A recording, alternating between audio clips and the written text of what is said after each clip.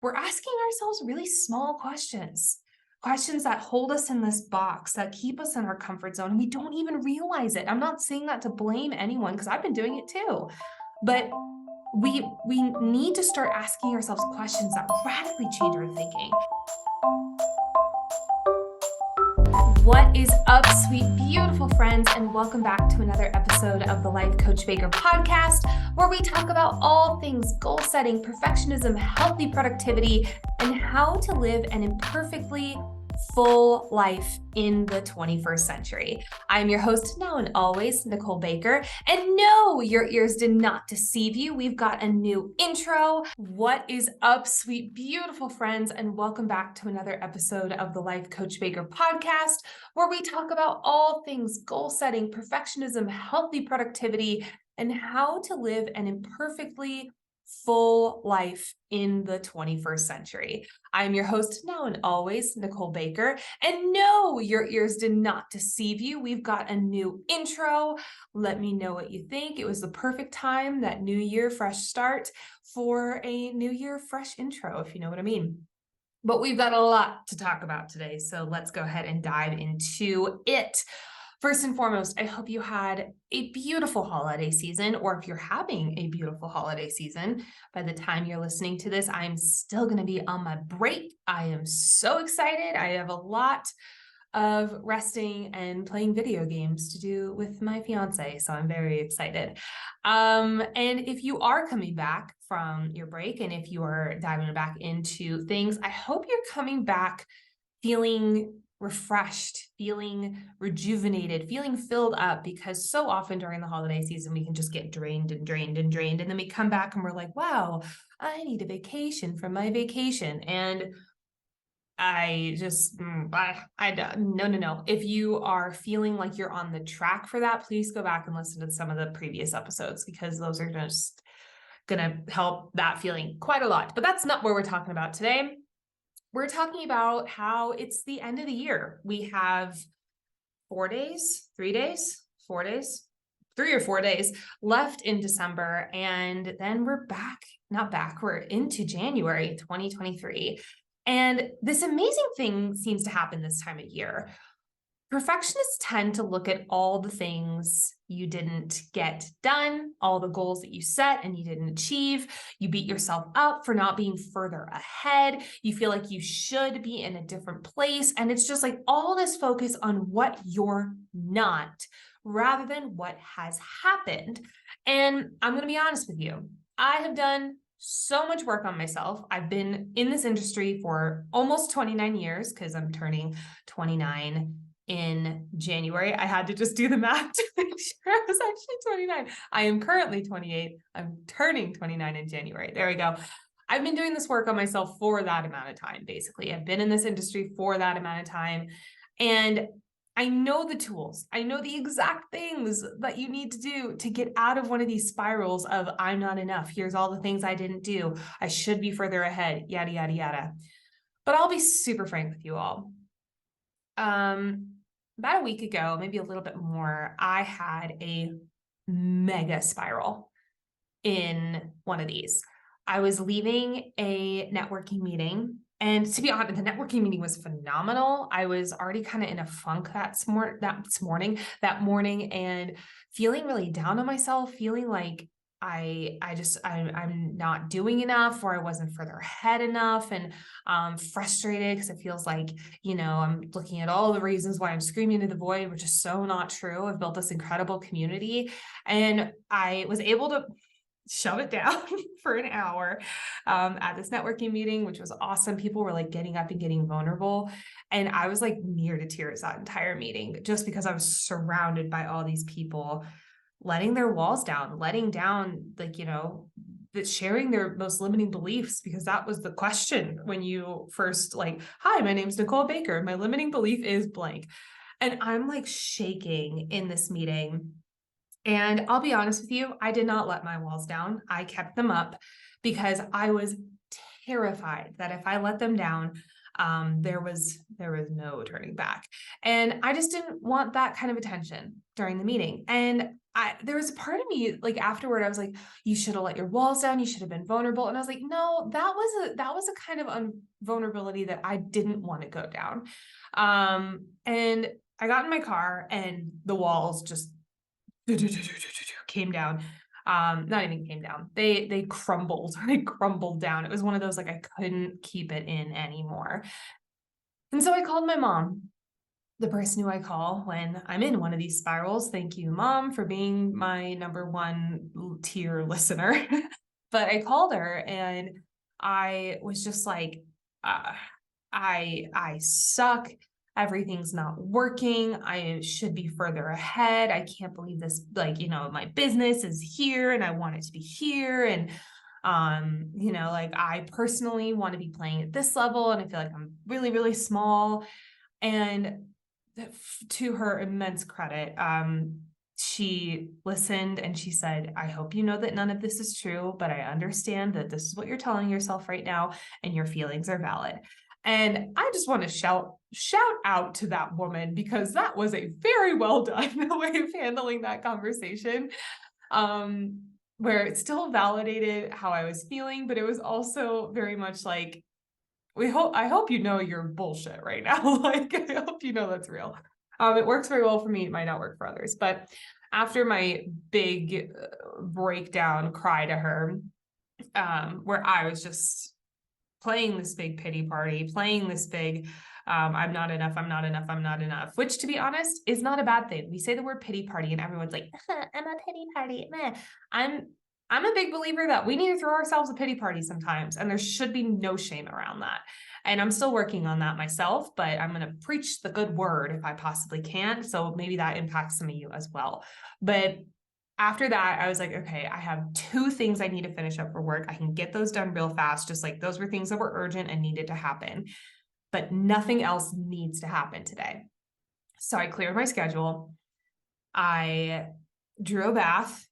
I made myself some horchata hot chocolate and it was delicious.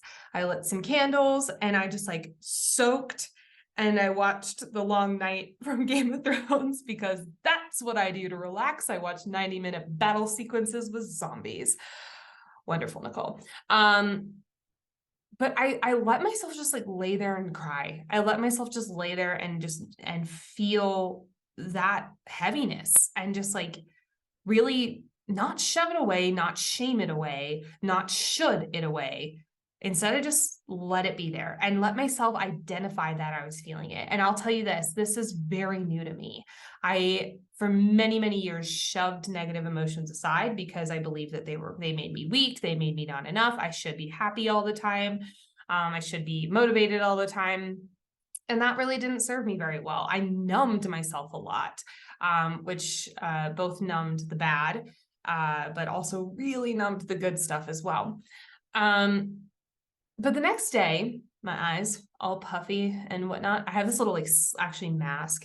And I recommend anyone who just has, I won't say regular, but regular enough crying fits to get it, especially empaths who just can't hold those feelings inside and they just need to like cry them out.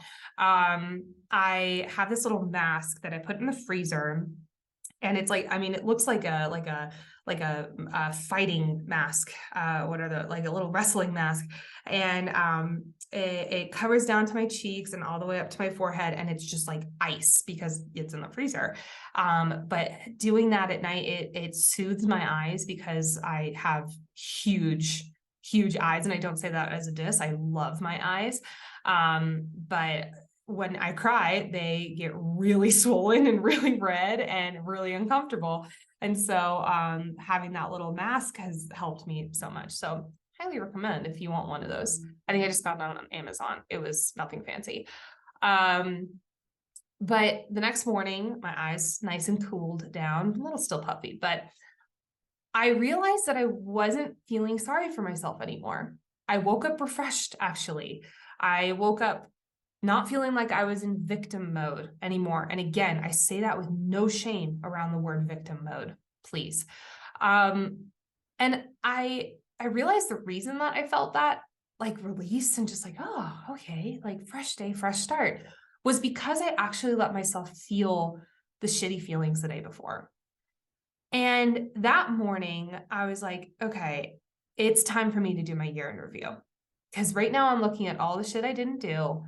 And this exercise, I know, curates my brain so that I look at all the things that I did do this year and all the things I'm setting myself up for the next year. And so I made a date with my good old friend, and she's actually been on the podcast. Shout to you, Amber Alexis. And her and I made a date to go sit on a rooftop in this beautiful downtown hotel and go and do our year in reviews together. And now a little bit of backstory. Like I mentioned, I've grown up in a family very heavily immersed in the personal development world. I've been doing some form of fashion of a year in review exercise for years. We would always go over to our family friend's house and do vision boards together. We'd cut out the magazines, all that good stuff. But it wasn't until I started really diving into the deeper year in review stuff beyond the vision boards, which I love, don't get me wrong, but I love these questions as well. And I'll be honest with you, I got overwhelmed. They were spreadsheets, they were 4-hour long questions, and I just never made the time for it. And then I tried to section them off, and it just never felt deep or powerful. And I would end the session with my hand like cramped. And I was looking at all my New Year's goals, which were just like astronomically high. I felt stressed, I felt pressured. And hello, I'm a recovering perfectionist. Nice to meet you. But I was really in this, I cannot do this again. I do not want to have this happen again. So about 2 years ago, I started doing my own version of this year in review exercise. And this past year, I completely revamped it. I changed up some of the questions so that they're more geared towards strengths of our perfectionist brain. So they're more expansive rather than small. And I decided to share that year in review with my friend Amber, and her and I both sat on the rooftop, and an hour later it was done and we both were like glowing. So before I dive into what I learned in my year in review, what I learned during this 5-step process, I want to tell you that you can access these questions plus a guided video explaining how these benefit our brain, how they're beneficial to both our past year and our future year, which deepens this impact, by the way. Plus, you also get a breakdown of how to create a vision board. There's an exercise that I've created that goes along with it that makes it so much more personal to you. Plus, my guided visualization practice to truly make this year that year that you step into that full life that you know you're meant to live. And this is all in the Ultimate New Year bundle. You heard about it at the top of the episode, but I'm going to mention it here again. In this New Year bundle, you receive all 3 of those exercises, the year in review questions, the vision board breakdown, and the guided visualization, all for $23. And you can get it literally immediately in your inbox by going to lifecoachbaker.com. But I was like, it is time. We need to do this year in review question. And so we went ahead and dived in, which, by the way, I actually have shared this with my clients because all my one-on-one clients get all of my course library as part of the coaching program. And they have all said it is the most powerful end of the year exercise they've ever done. And just so you know, these are not exercises to help you create New Year's resolutions. I don't believe in New Year's resolutions. I think that they are this like thing we've bought into, but they all die out. There's a study that was 95% of New Year's resolutions die by February. And that just like is a goal setter, science setter, studier, which is my official title, apparently. That's my nightmare. So this is not for New Year's resolutions. This is setting up goals to help you become that type of person that you want to be. We do not set goals and achieve them just to check them off a box. At least intentionally, we do that now because we're a world that's obsessed with being busy, but we don't intentionally set goals just to check them off of a box. We could become robots when we do that, and it doesn't fill us up.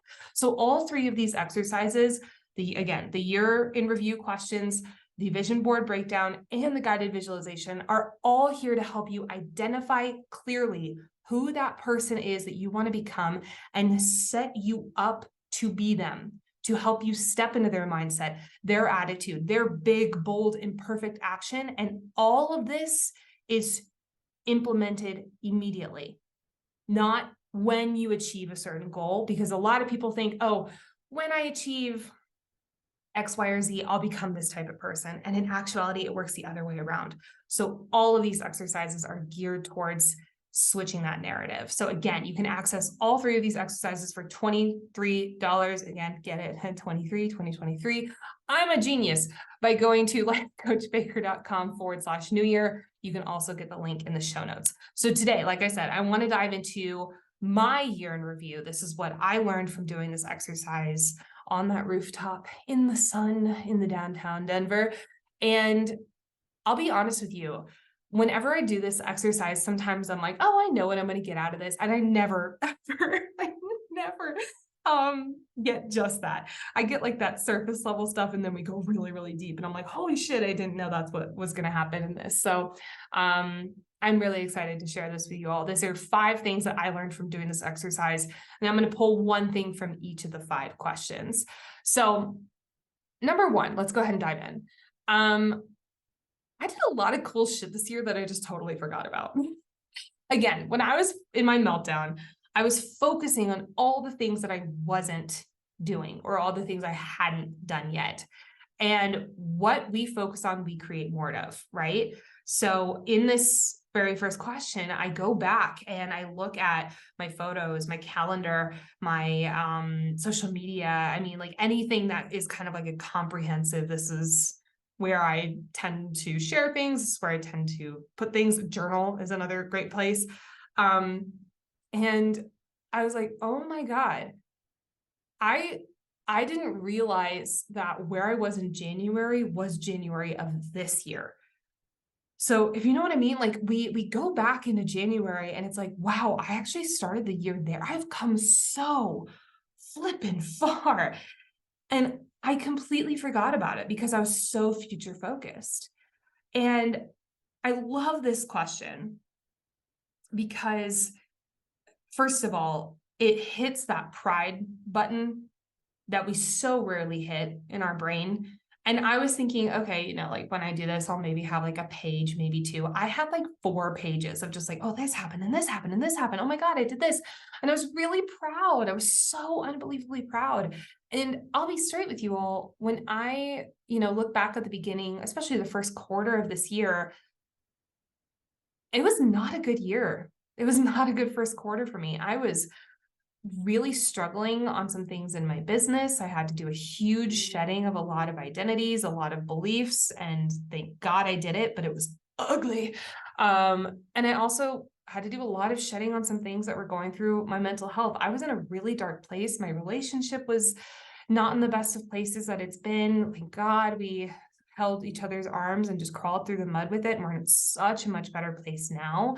By the way, Brett is going to be coming on the show recently. Brett's going to be coming on the show soon. And we're going to kind of open up and talk about what our relationship is like, especially being 2 perfectionists, planning a wedding. And I'm really excited. He's jazzed to come on the show. I've been trying to get him on the show for years, by the way, and he's finally ready. So celebrate him. I'm so proud of him. But when I think about that beginning of the year, I think darkness, I think small, I think sadness, crying, lots and lots of crying. That little mask came in very handy at the beginning of this year, let me tell you.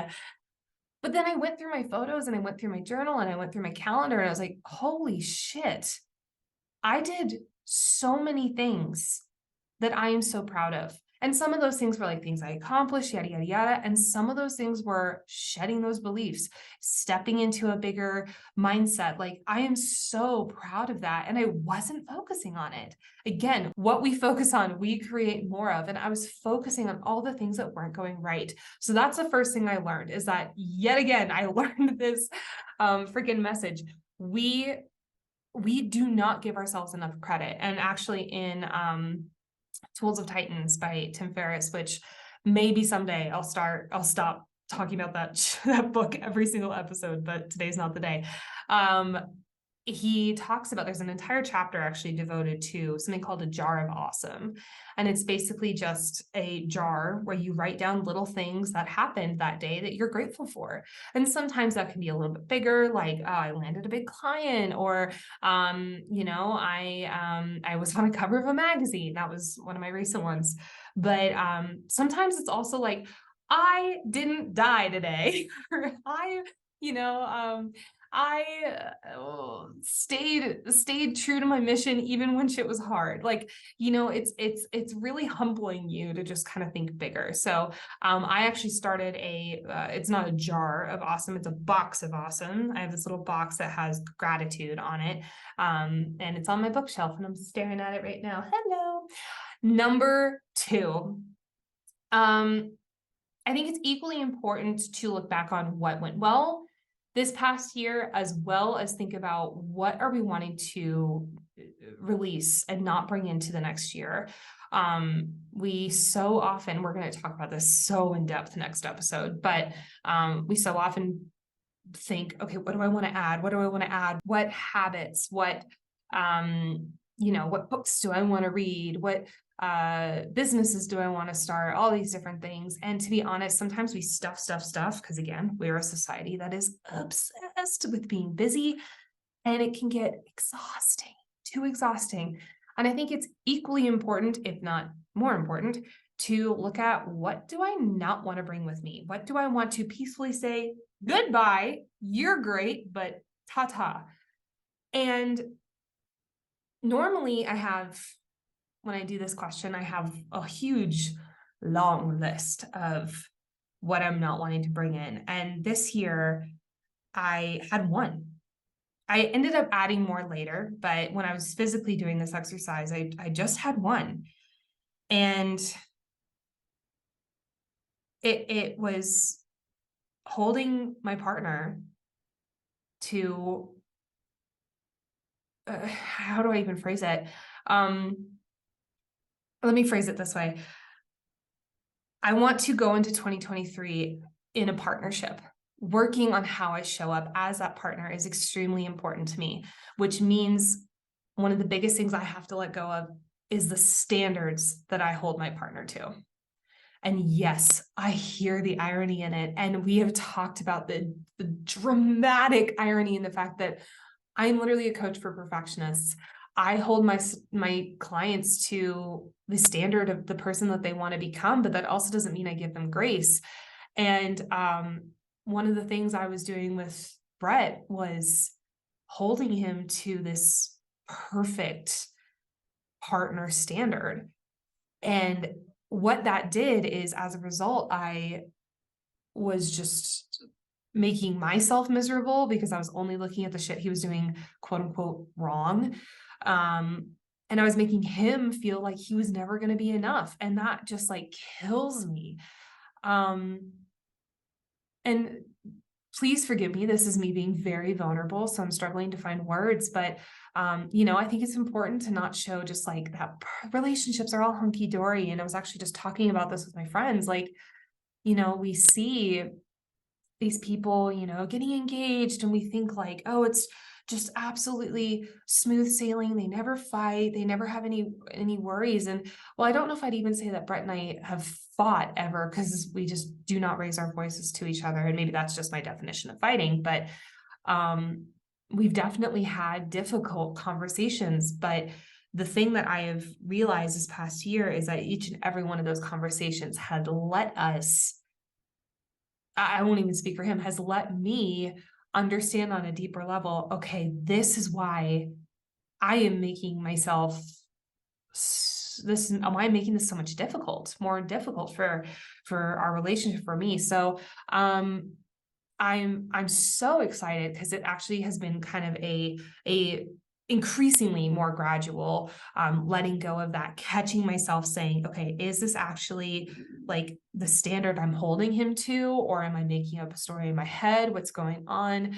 And the amazing thing is that since I started catching myself on it, since I started releasing that and letting it go, we have been unbelievably happier. things have been lighter, things have been easier.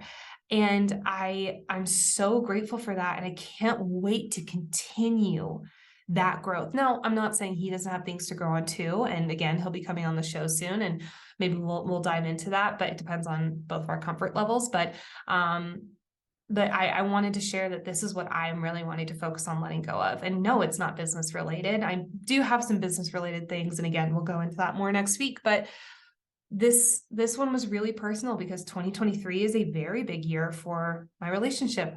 I'm getting married, I'm expanding that family in a very permanent and exciting and beautiful way. And I cannot wait. And the thing I do ask of you all is, when we hear this, when we hear about people not going right in relationships, we're kind of conditioned because of rom-coms, because of the Notebook and stuff like that. We're conditioned to see that and be like, oh, well, they shouldn't be together or anything like that. And I want to completely debunk that, because I think that partners who grow together means that you have to crawl through the mud sometimes. Growth is not pretty. And especially when you're two people growing together, it is not pretty. It's really not pretty, but it leads to beauty. It leads to so much. And that's what I'm really excited for going into next year. But it does mean I have to let go of that standard I'm holding him to, because it's impossible and it's making both of us not show up as the person we want to be in the relationship. Being vulnerable. That's another thing the fear of being vulnerable is another thing I'm letting go of in the year of 2023. But again, we're getting into that next week. I'm getting ahead of myself. Number 3, I think it's so important, in addition to looking back on your year, to look forward on the next year and say, what do I want to create? If I am in a beer hall and I'm playing darts, yes, this took a turn. If I'm playing darts and there's no dartboard, I'm just throwing darts at the wall. Meaningless. It makes no sense. I don't know how I'm moving forward. I don't know if I'm getting closer to the bullseye because there's just no dartboard on the wall. But if I put a dartboard on the wall, I know what I'm aiming for. I'm aiming for that bullseye, right? Writing out what you want your next year to look like is literally just putting the dartboard back on the wall. A lot of people write their new year, and this is again why I made this ultimate new year bundle specifically for perfectionists, because I think this question is very slippery slope for a lot of perfectionists. But when we're looking at the next year, we seem to think, okay, that's the standard, that's the bottom line, that's the expectation. When in actuality, it's just putting a dartboard back on the wall. It's saying, okay, am I making it closer to that bullseye? If I am, that's progress. That's growth. That's worthy of celebration. And again, our brain is just programmed to answer questions. So if I'm saying like, what do I want to create next year? Our brain is going to immediately start thinking about, oh, what am I going to create next year? And so when I sat down to do this question, I kind of had an idea of like, oh, okay, I know what I'm going to say. I'm going to say this, this, and this. And I pre-planned it like a little recovering perfectionist that I am. And then I put pen to paper and I put like my music in that just like helps me zero out any noise. And I started writing, and it was like another spirit took over my body. And instead, it was like the floodgates opened. I saw this community growing massively, doing more speaking opportunities, which I'm really excited. That's already majorly underway, especially for January and February. Hooray! But like, I just saw a business that was so much bigger than what I had been, quote unquote, practicing in my head. And we sometimes forget that we're allowed to dream big. We sometimes forget that fearlessly we should be able to say our goals without like fear of others, because as perfectionists, the second we think we're going to say our goals, we think, okay, everyone's going to hold me to that standard, or now I have to get it done. And sometimes for people that's motivational, but for perfectionists, I don't think so. It's pressure, it's stress, because you have to do it now, and it sucks the fun and the joy out of it. So I'm excited to share that with no stress or pressure, but truly just joy and excitement to see where this grows. And, sometimes I have to catch myself. I'm a human, but I'm really excited. So the thing I learned from that third question is just like, if you practice, just expect it to all go out the window and like let your gut guide you, especially when it comes to dreaming. We so often try to think our dreams when in actuality we need to be pulled towards them. And that was a really cool lesson to learn in real time. Number 4, the thing I learned from the question number 4 was I had been asking myself really small questions. Again, the brain is programmed to answer questions. We've talked about this on a bit on the podcast in previous episodes and even in this episode, but our brain is programmed to, like, if I asked you, what color is the sky? You're going to immediately think blue. What's your first name? You're probably going to think of your first name. What was the street you grew up on? And sometimes we're asking, not sometimes, normally, we're asking ourselves really small questions that hold us in this box, that keep us in our comfort zone. We don't even realize it. I'm not saying that to blame anyone because I've been doing it too. But we need to start asking ourselves questions that radically change our thinking. And so this was one of the ones that I added this year, in addition to another one. But actually, I think I changed all of them in some form or fashion, but these are 2 that I completely changed. But I added this question because I was ready for our brains to start radically thinking differently. And I started thinking about like, okay, like outside the box thinking, what is that going to look like? And it was so wild. Like even like I asked the question and Amber and I both wrote it down and we kind of shared this look of like, holy shit, we've been asking ourselves shit questions. We had been asking ourselves questions that were keeping us stuck, playing small. And instead we started asking ourselves, this bigger question, and we wrote stuff down and we were like, oh my God, what if we did this? What if we did that? Oh my gosh, we could do this, this, and this. And it was like, I started thinking about what was a way I could achieve that life that I was just writing about in that previous question, but with only outside the box thinking. And it activated my brain in just this entirely new way. And so what I learned from this question, not only did I learn at least 5 things that I want to do that are just things I never would have thought of if I hadn't asked this question, but I also learned that when I'm asking myself small questions, I'm thinking small, I'm playing small. And I don't say that as shame. Again, I'm not saying that. I'm more saying it as data.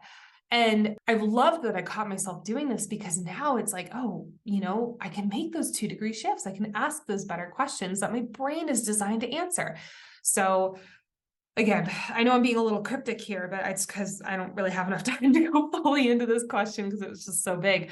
But start asking yourself bigger questions. How can you think outside the box? How can you step into that bigger power that we know we are capable of doing? Seriously, I can get very heated. Last but not least, number 5. I think it's equally important, and I'll say this for the umpteenth time. Apparently, this is a 5-way equal split, but it's equally important to look back on what happened this year. Look at what you don't want to bring into the next year. Look at what you want to create next year. Look at how you're going to achieve that only in bigger ways of thinking, and then do something with it. There is no results, and I'm not talking about results and like checking things off a list. I'm talking about results and becoming that person you want to be without taking action. And so by diving into what does that look like in those bigger ways of thinking, it was then, okay, now which one do I want to start with? Where do I want to go? Putting it in my calendar, breaking it down into smaller action steps. So often we as perfectionists think, okay, I'm here at level 0. My goal, which is huge and insanely big, I want to be a multimillionaire. Let's say that's the goal. That's not insanely big. Let's say a multi-billionaire. Let's go there. I want to be a multi-billionaire. That's like at level 100. And so often we're like, okay, well, how do I get there? How do I get to level 100? And our brains completely skip steps 2 through 99. And so one of the things I love about this question is it's instead of looking at level 100, it's saying, okay, that's where I'm heading. What's step 1? What's that first step? Breaking it down. How do I get there? What can I do? And by the way, this diminishes the overwhelm. It literally takes overwhelm out of our brain so we don't hit it, which by the way, overwhelm is the number 1 reason we procrastinate. So I don't want to leave people high and dry in these questions. And that's why I have this one very much in place. This is, by the way, the second one I added this year. But I wanted to get that really like clear so you felt propelled into the next year. And the thing I learned from this is that my goals, that huge, big 100 level goals, are so much more doable than I freaking thought. Like, when we have these like daydreams and we glorify them, it's like, oh, maybe someday, it's a little bit bigger. But then I started breaking them down and I was like, actually, I can do this. And that was really exciting. So those were the 5 things I learned from my year in review. I still have yet to do my vision board, but I'm going to probably do that closer to maybe December 31st. Brett and I sometimes do New Year's Eve where we like watch something and we create our vision boards and we put them all together and all that good stuff. I have a very specific exercise I do for vision boards though, because I was flipping tired of saying, I want to go on a beach vacation because that's what you should have on your vision board. And I'll put a little photo of Tahiti or whatever. And it just never felt connected. It always just felt very surface until I started doing this exercise. And then it was like very, very connected, very compelling. So we do that now, which is really exciting. Again, that whole breakdown of that exercise is in the New Year's Eve bundle. So, and the whole 5 questions I just went through, I basically said them all. So you can do this without the New Year's exercise, but we dive into what those questions are, how they impact your brain, other ways you can look at them. I give some examples to get your brain thinking and getting creative. So if you want to get the bundle, again, it's $23. My clients have said it's one of the best New Year's Eve things they've ever done. So I highly recommend checking it out. Again, link is in the show notes, lifecoachbaker.com/new year. Let's do some quick segments and then we will wrap up this episode, which is the last episode of 2022. Holy shit. I'm ready. I'm ready to say goodbye to this year in the most loving way. Number 1, goal to celebrate. I am taking almost 2 weeks off. And I think first and foremost, this is the first time I've ever taken that large amount of time off in my business when I've been full-time. Actually, I think since I've started my business, I've never taken 2 full weeks off because I was mainly previous to this year when I really started diving into productivity. But in the previous years, I was terrified to because, how am I going to do that? What am I going to do? What are my clients going to say? Yada, yada, yada. And first and foremost, my clients have been awesome. They were like, yeah, obviously we're taking that time off too. And I'm really proud of them because we've been working on that. But this is the first time I'm doing it and I'm not stressed. I'm not worried or anxious or feeling like I need to get everything done beforehand. Like I'm feeling really in flow about it. And that's very new to me. And I'm really proud and excited because that just shows how much working on my resting mindset, like my healing that guilt around resting and taking time off, working on my productivity and making sure I'm setting myself up for success so I don't feel like I'm scrambling. It just really shows that how much that work can pay off in real time. And then number 2, how was I imperfect this week? To be honest, this is a family thing, so I'm not going to go into too much detail because it's not my story to share. But we got some amazing news recently, and it also came with some very bittersweet news. And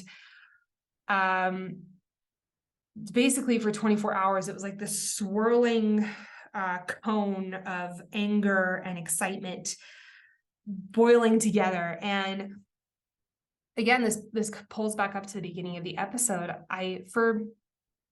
For that time, I really let myself feel it and not half-ass feel it, by the way. I wasn't like, I'm going to feel it, but I'm also going to numb myself with work or social media or whatever. I was like, I'm going to truly let myself feel this. I would cry at the drop of a hat. There were a few moments where I had to just like go down into the fetal position and like kind of scream a little bit. It was like, it was anger that like, I don't feel very often. And halfway through yesterday, I started feeling lighter.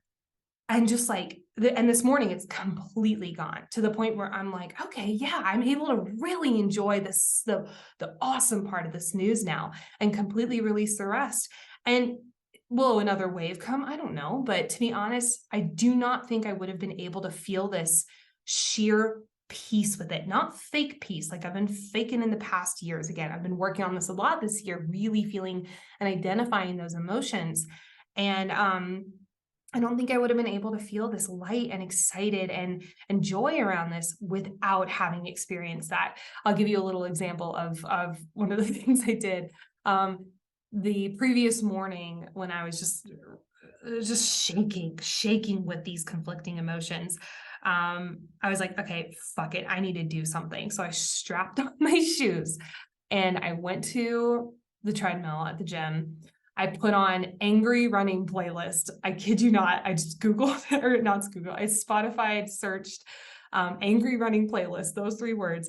There was the ABCDEFU song, but in parentheses, angrier.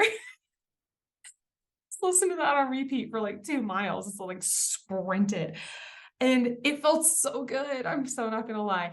But again, it's like feeling that and letting myself really like process that, completely let it feel this lightness now. And I do not think that is an accident. I think that is so connected. So I'm really proud. I'm really proud of myself for balancing this bittersweet news and letting myself work through the emotions of it, and now feeling just like completely light and excited. So good stuff all around.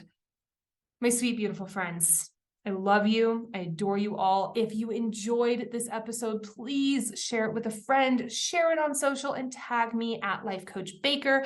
I would love to give you a little virtual hug. Also, if you have not already, take a second, write that little 5-star review in Apple Podcasts and in Spotify, or we're also on YouTube now. So go ahead and subscribe to the YouTube channel if you so enjoy watching podcasts, enjoy that. And you guys, I just absolutely love and adore you. This episode and this whole show is made possible because of the amazing Ariel Villafane. I love you. I adore you. This episode and this show would be impossible to do without you. She is my heart and soul. Thank you for producing and editing all of my bliss. Until next time, my sweet friends, I will talk to you soon. Bye.